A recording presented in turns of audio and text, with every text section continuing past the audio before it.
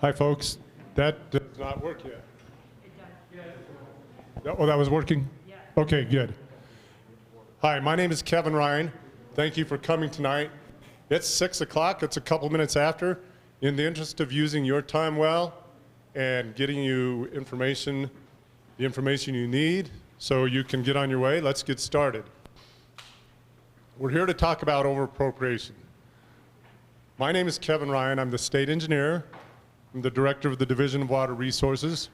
You know who we are at the Division of Water Resources?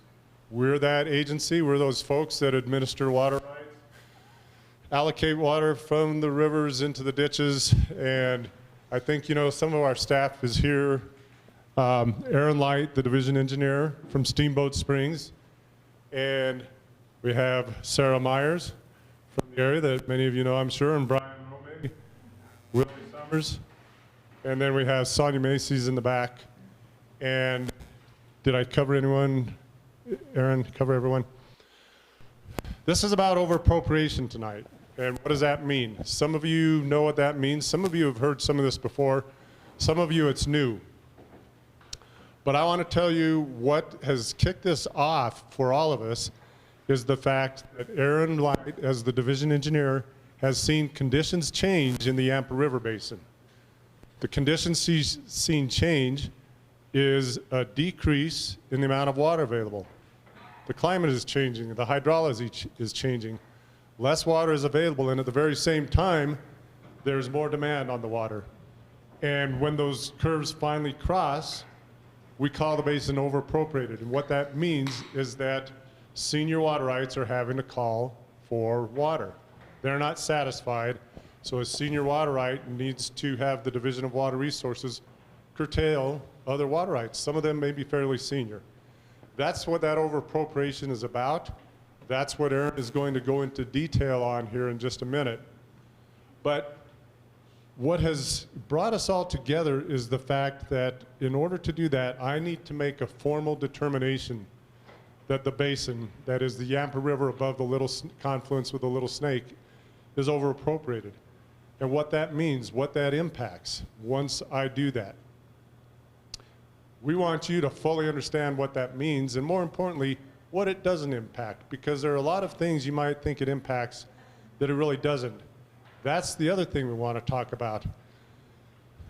Aaron gave me this report back about 6 or 7 months ago, and the conditions were what they were. The report was well done, and I could have made that determination then, but I was not satisfied that you, as the water users, had gotten all the information you need. I wasn't satisfied that people had a chance to prepare, people had a chance to react and do things with their wells and their groundwater diversions that should best be done before this determination is made.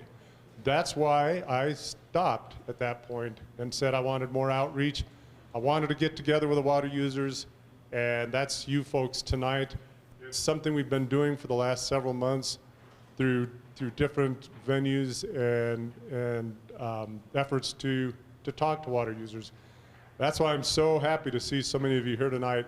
Like I said, we want to use your time well, so I'm going to move this on to Erin and let her talk in more detail about just what this over-appropriation is about, who it impacts, and who it doesn't impact.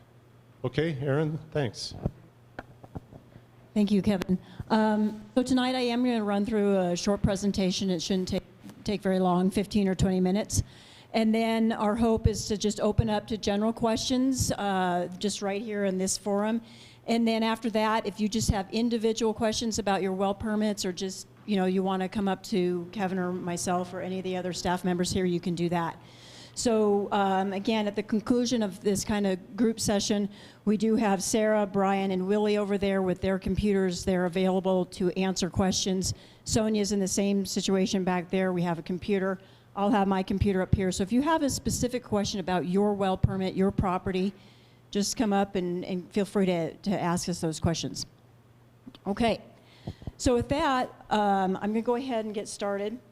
So what does over-appropriation mean? Well, you can see here that over-appropriation is when at some or at all times of the year there is not enough supply of water in the system to meet all of its demands and meet all the water rights in the system. So fairly simple definition, there's just simply not enough water to meet all the demands.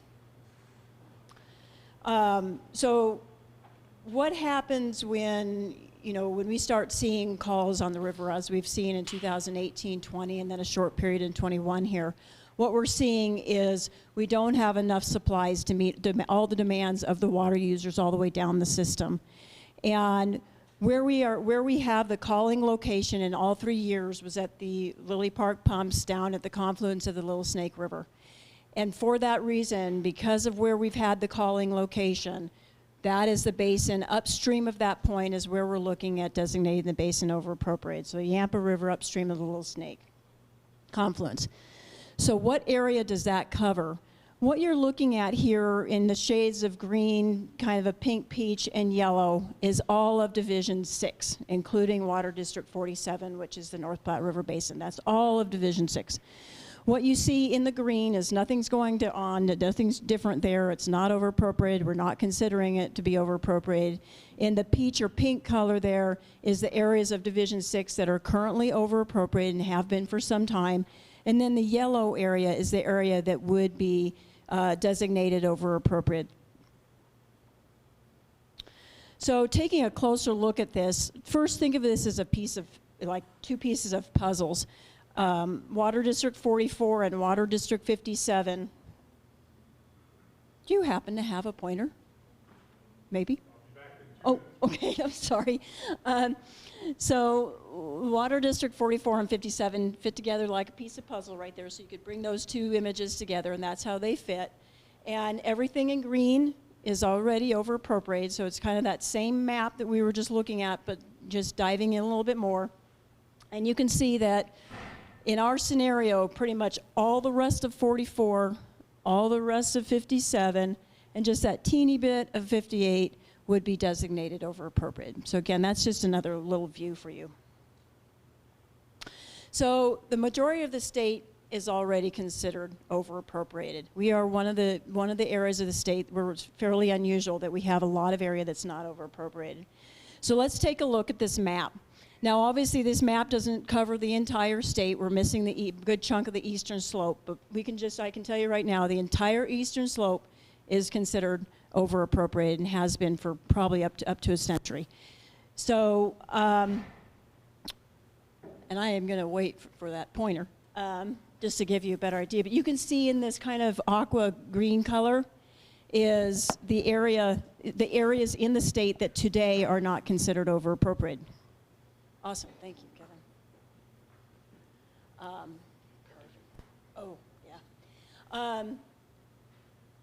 So just a minute ago, I showed you water district, not the water districts, but I showed you Division 6. So Division 6 is all of this area where I'm kind of outlining right there, okay? District 43 is the White River Basin, and then we have the green, which is District 56, then we have 55 and 54, which are the Little Snake for the most part, 47 North Platte, and then the rest of this area right here is the Yampa River. So it's just this is a good overall state view of what's not considered over-appropriated today, and you can see again that a lot of Division 6, a big area that's not over-appropriated today, and then of course a fair amount in Division 7 in the Southwest. So as Kevin had already alluded to, and I even alluded to in the definition of what over-appropriation means, it comes to this one simple fact, is the supply meeting the demand? It's about supply and demand. And the question is, has the supply gone down and the demand gone up?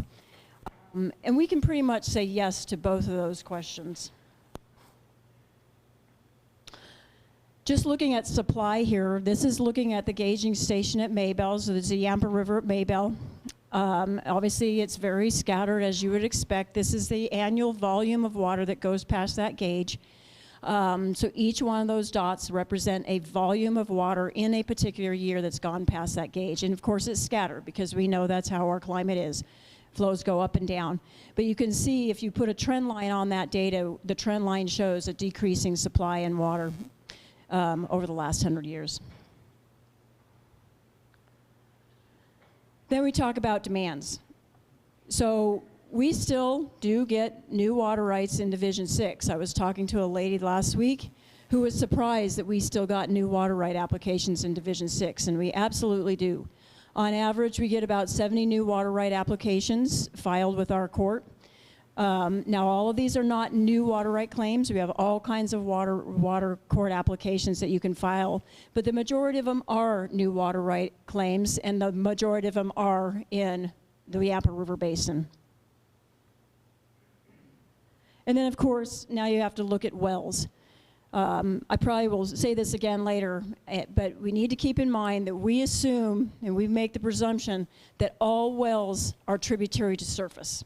In other words, if you pump water from a well, it's eventually going to affect the surface water. So they're tied together. So that's why it's important to look at wells.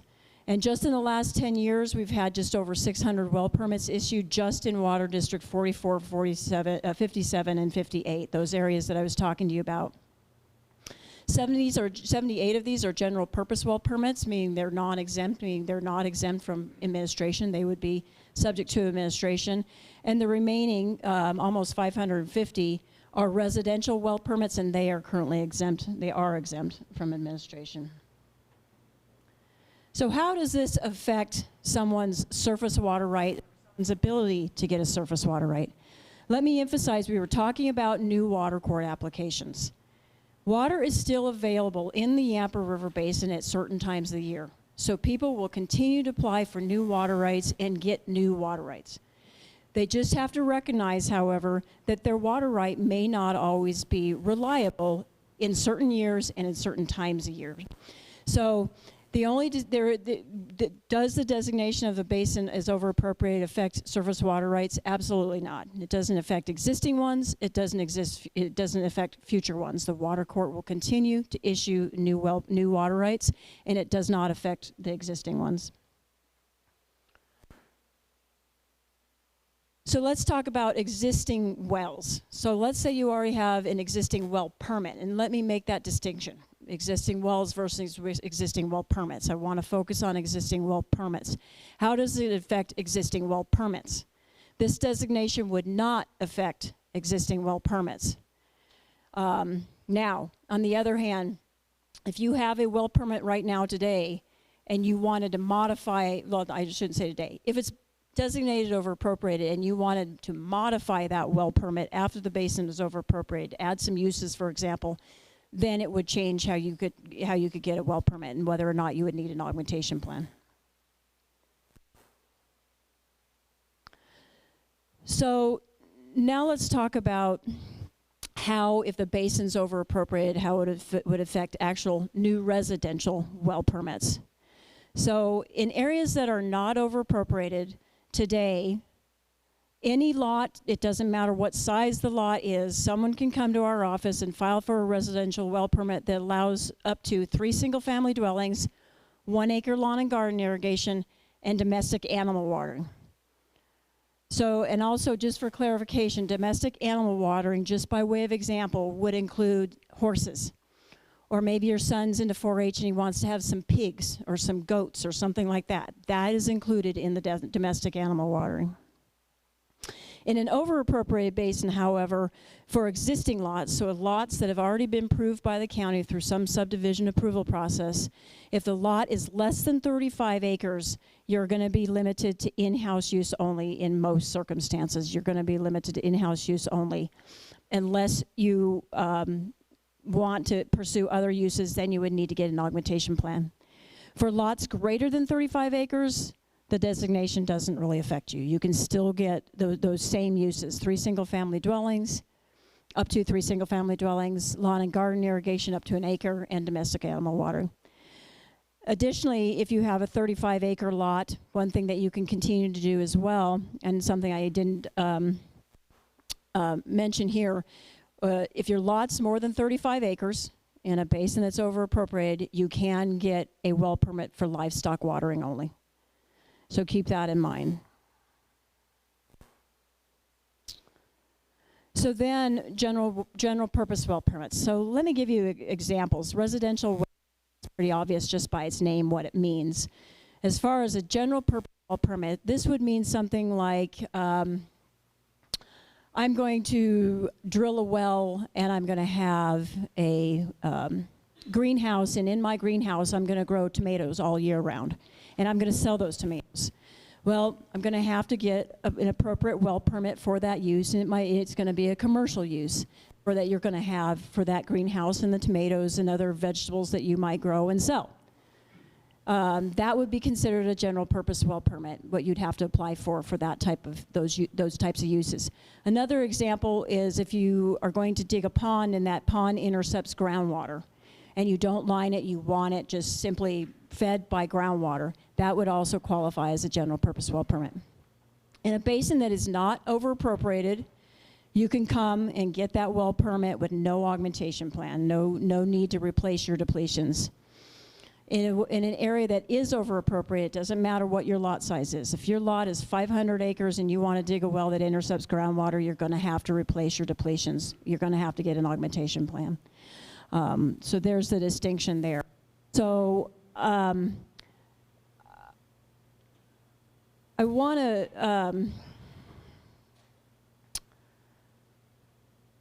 to talk a little bit. I really haven't defined augmentation much, and I maybe should just take a moment here to define augmentation.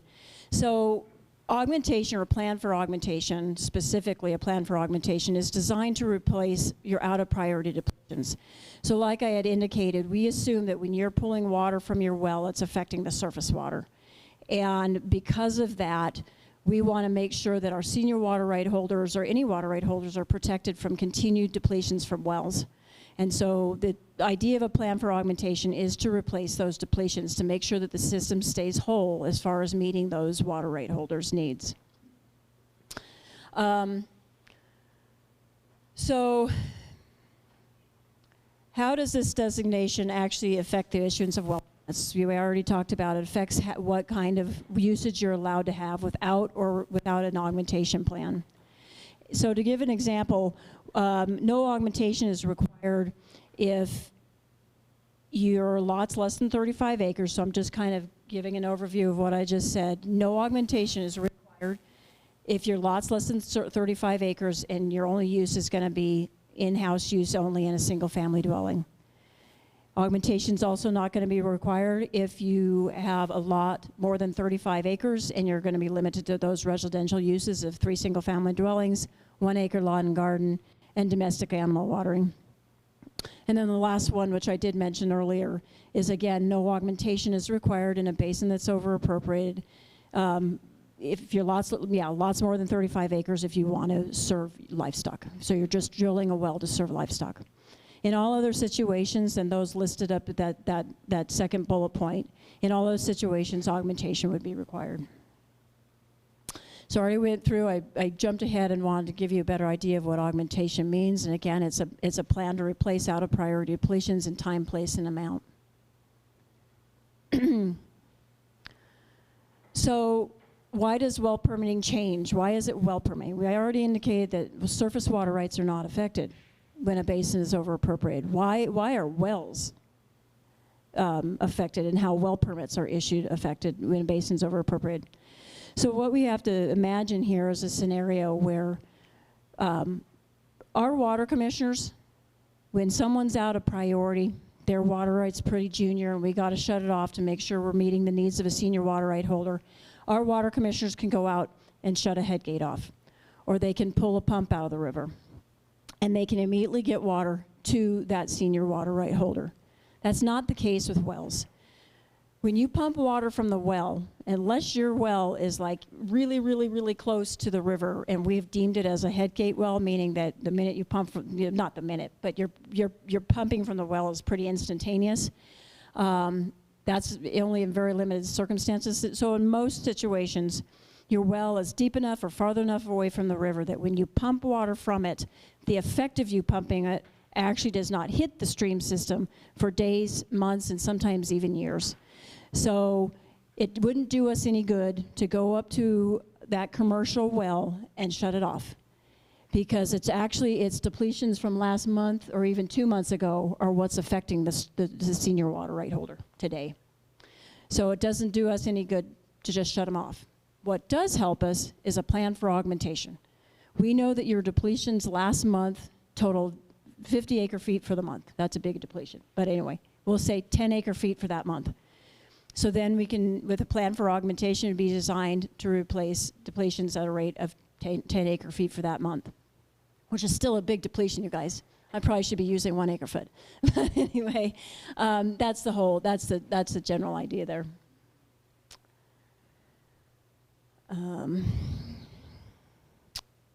So just to reiterate here, why consider a basin over-appropriated?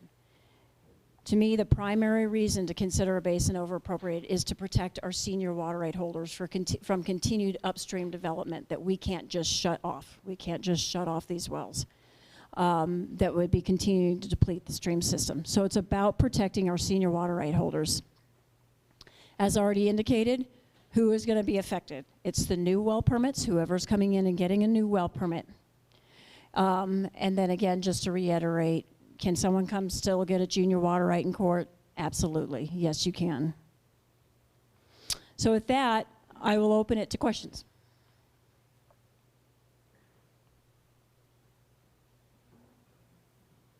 Oh, great. And we're going to come get you a mic so we can all hear you. So in the discussion for well permits, so my dad's had a well permit from the 60s. Recently, he had trouble with it, and so they had to drill a new one. So now he has a new well permit that's restricted and things like that. So once your well is, if you can't, if you have to re-drill, you've lost your rights for that well permit, basically, in this. I'm not sure I heard the whole question, but you tell me. Yeah, and what I got out of that is that the question is, just by virtue of this over-appropriation designation, does the need to replace your well cause you to lose some or all of the uses? And so I think there are two good questions there.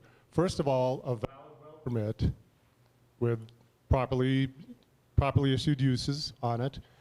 If you have to replace it, the statute says you can replace that and continue with the same uses. So I wonder, so let's talk offline, because I know you're not, I know I'm not connecting with your question.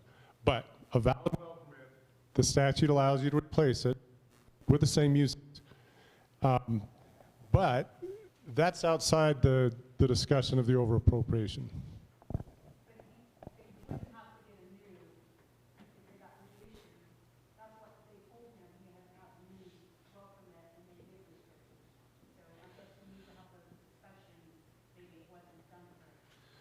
Yeah, and so I was going to keep the questions because I want to know more, but we'll do it offline if that's all right with you and everyone.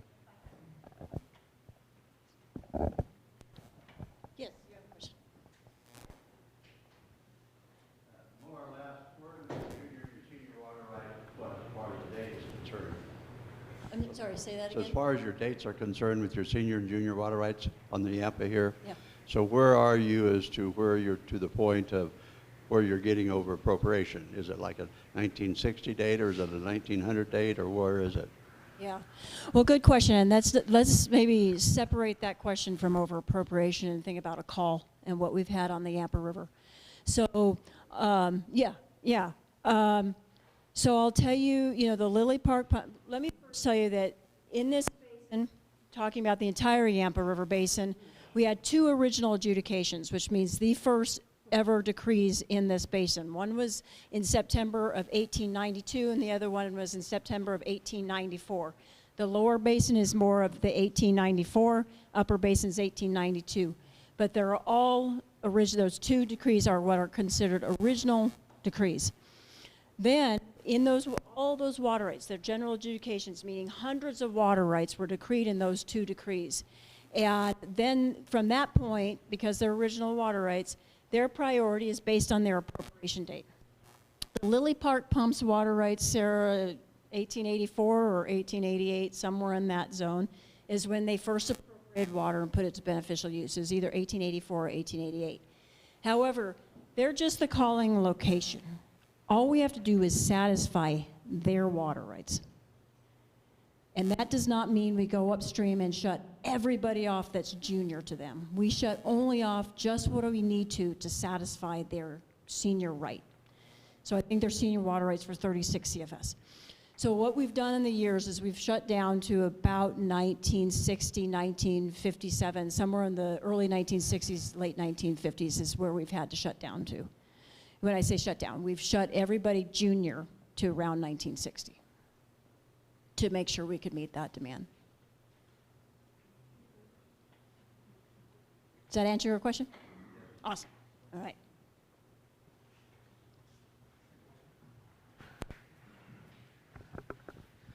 Kevin, one of the big questions is when you are considering over-appropriating this valley and the river, there are several implications to that. You know, Moffat County has a letter into you asking for a minimum of a 2-year delay.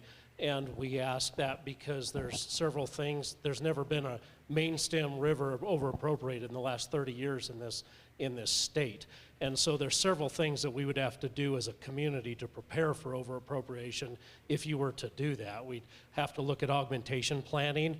We'd have to look at some of the conflicts over exempt wells and how to address new uses on those wells. And so give us an idea of what time frame you're thinking about and when it would take an effect and what processes you'd go through. Okay, Jeff, thanks. The timing of that is an important consideration, and you know, let's break up the discussion Aaron gave you just to be clear about that. We talked about these exempt wells on 35 acres or more for full domestic uses, or wells on parcels of less than 35 acres that can get household use. So those being unaffected. What we're really talking about, as we've discussed before, is the commercial, industrial wells, irrigation wells, and you know, this is a bigger issue in the South Platte, the Arkansas, and the Rio Grande, where all the irrigation, so much of the irrigation is by groundwater and so much commercial use and so on. But I'm not saying there are no commercial or industrial wells here. The other wells that would be impacted, like Aaron said, if you've got a subdivision, a new subdivision created that needs the water supply lots. And I think that's been a concern in your mind. Those are what we're talking about. Now it's a matter of balance and administrative balance. And when we talk about, could we wait 2 years? Well, the question is, that would allow more, or the point is, that would allow more wells to develop. And as they develop, they have that continued impact on the stream. So we're curtailing certain water rights, maybe from 1960 and more junior, to allow those wells to develop for the next 2 years. That's the difficult decision that Aaron and I are faced with. We want to recognize the county's need to react, but then we need to consider how much more of an impact will occur to these surface water rights in that 2-year period. So I would not say 2 years, and we want to continue working with the Conservancy District, Jeff, and you know, move that along so that augmentation can be helpful to those wells that need to develop. And so we need to we need to make this decision, if we make that decision, and set a date out in the future.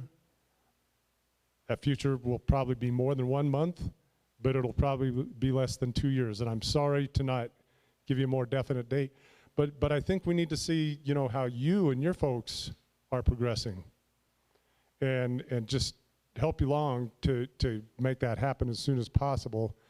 But also, my concern is those other water rights, surface water rights from 1960 that are being curtailed because we allowed more wells to develop.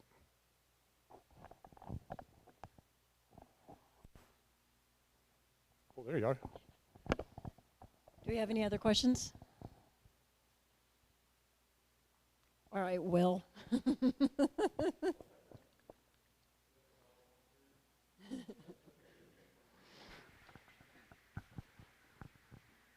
So I'll start with the easy one first. Is you mentioned livestock wells on lots over 35 acres would not be affected by the over-appropriation, right?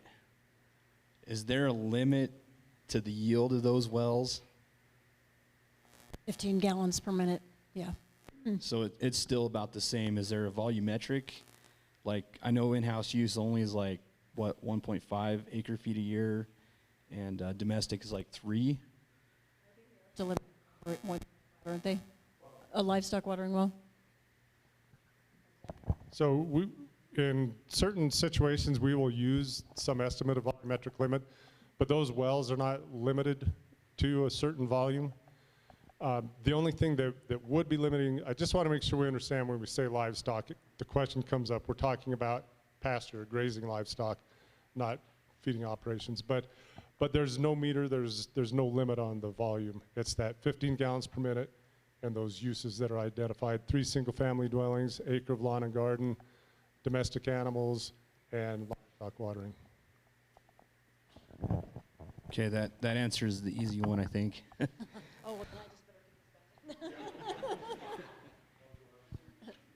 So I've been driving around a lot this summer, and maybe it's because over-appropriation's on my mind. I've been seeing a lot of well ponds, and a lot of them I would submit are probably not permitted as well ponds. I've even been seeing some, it's been pretty dry, and for existing reservoirs that have a permit, they could even have a component of a well pond intercepting groundwater.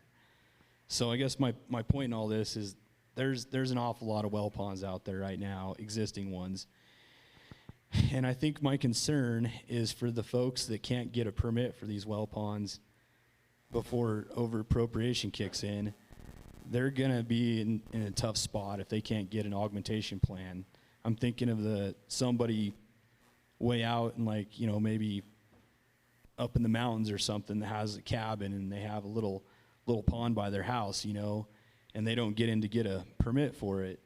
I think maybe not now, maybe not in 5 years from now, but at some point in time, these owners of these well ponds are going to be faced with a decision on whether they are in violation of not having a permit for these well ponds, or whether they just have to fill them in so that they're not in violation.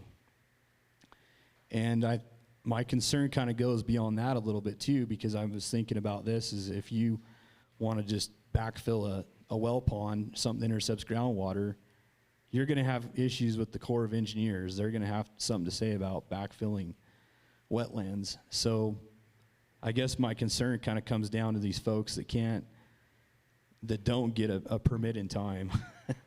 They're going to be in a tough spot, if they're going to be in violation of either the state or potentially the Corps of Engineers if they have to backfill some wetlands, because they can't get a permit for a well pond.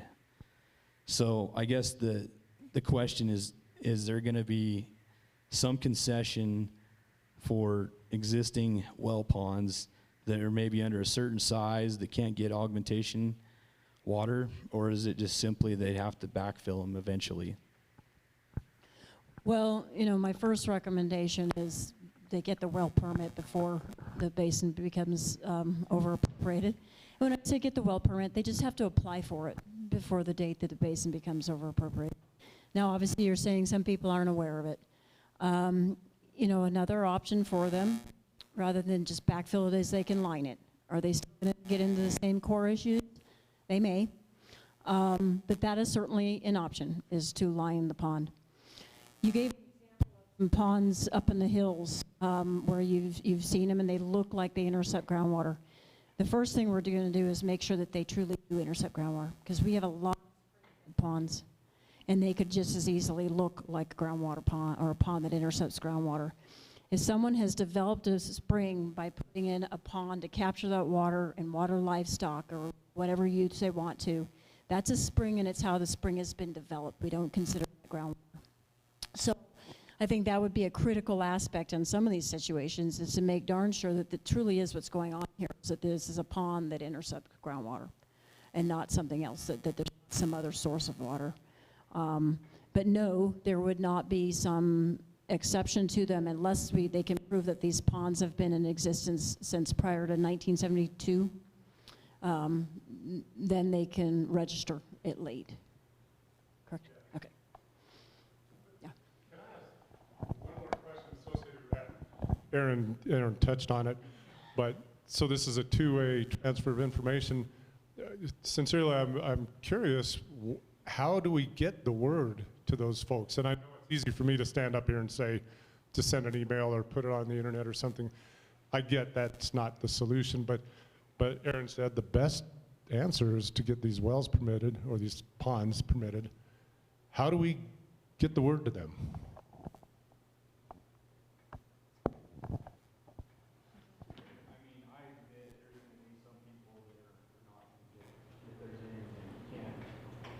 You can't do it all, but I'm just thinking that there's going to be probably more than we anticipate that aren't going to be able to get their permits in time. And I'm just asking the question, I guess, because, you know, I think I've talked to a lot of people now this summer, and they're like, well pond, what's a well pond?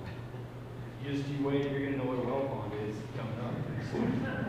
You know, and I just think it's going to be problematic. And this, if the date of 1972, 74, 72, is if we can prove that this well pond, whether natural or man-made, was in existence, you know, with aerial photos before then, they would still be able to get a permit without an augmentation plan.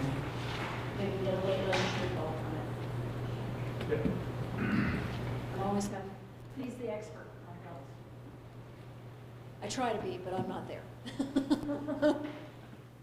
What other questions do you have, Will? Do you have anything else?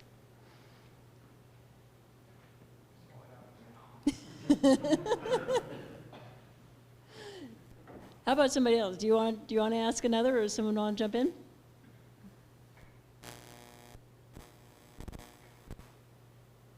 If you have a spring on your lake that was developed a long time ago, does it have to be adjudicated, permitted also? Or I noticed you said that earlier, that's if it comes from a different source. See, he dug a hole and put it feeds an upper camp basically, and that's all it really feeds. It's about a gallon a minute or whatever.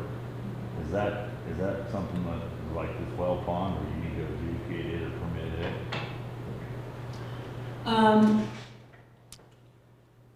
It's not. You probably should do one or the other, permit it or go get a decree. The thing about a decree with a spring is that you're not going to have these limitations on it. You're not going to, you can have a 5-acre lot and your spring is serving your house and your lawn and garden or all your uses. You can go get a decree for all those uses. You can have your commercial use. So there is a benefit to going and getting a decree over a permit, is then you're not under these limitations. But it is recommended that you would pursue one or the other.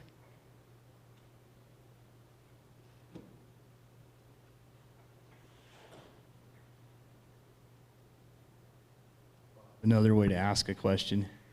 What advice would you give to the owner of an existing reservoir who is now aware that they might have a groundwater component of their reservoir? Most people applied for a reservoir 30 years ago. They put it in a wet spot for a reason, and so now they're just thinking they have a storage right, but they might also have a groundwater component. Would you recommend that they apply for a well permit at this point? So you're saying the court has adjudicated, given them a decree for storage? That's correct. I would call that what's called res judicata, which means issues at rest. The court has already determined that it is a storage facility, and I would not try to pursue that there's some component of groundwater involved there. That makes sense. Jeff, I think did I see you trying to raise your hand, Jeff?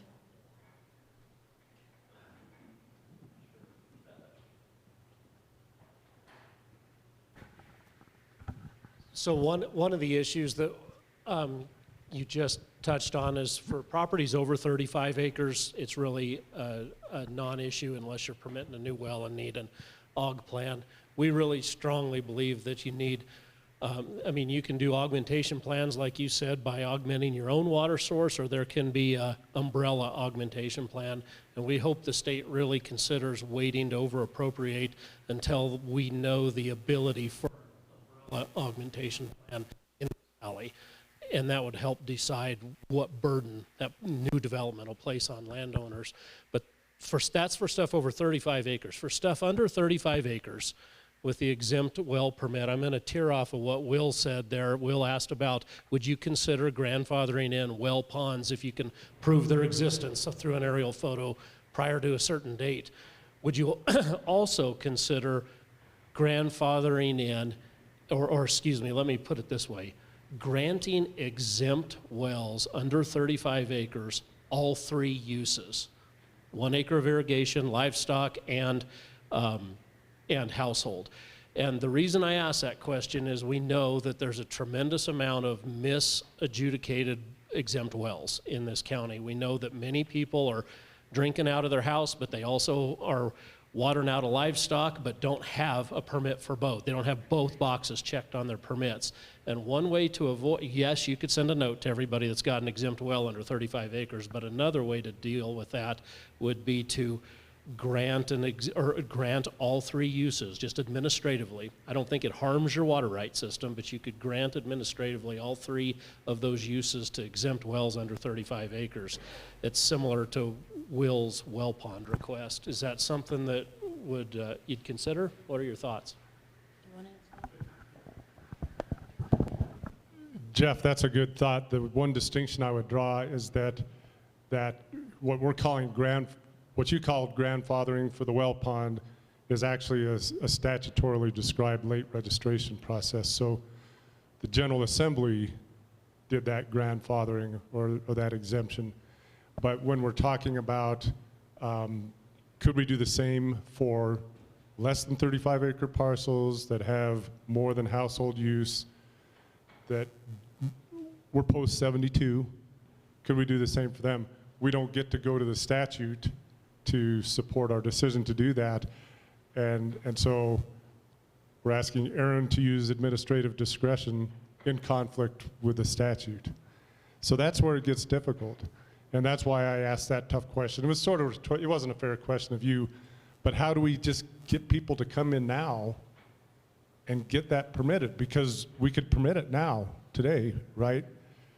That's the solution, easy for me to say. And then we're not asking Aaron to act contrary to the law. You get what I'm saying.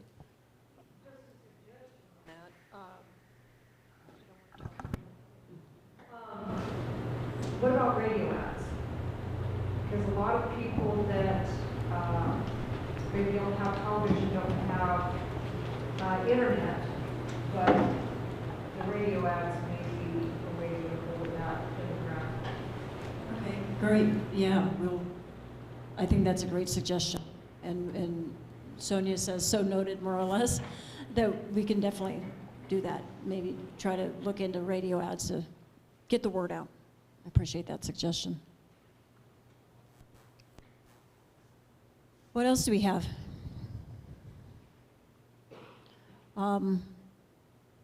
Seeing none, feel free to grab me. Kevin, I think we'll be here for at least a little bit longer.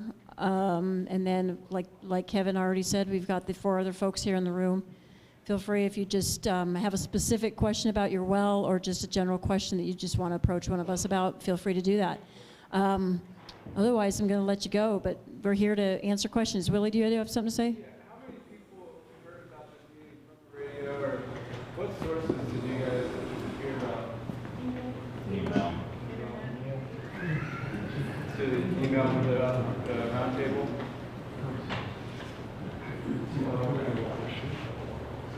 And also, just so you know, I'm getting the wave of hand over there that appears we still have some dinners left, so please don't leave them sitting there on the table. Grab one on your way out if you're going to take off, okay? But otherwise, please stick around if you have just questions you want to ask one of us. And thank you very much for coming. We appreciate it.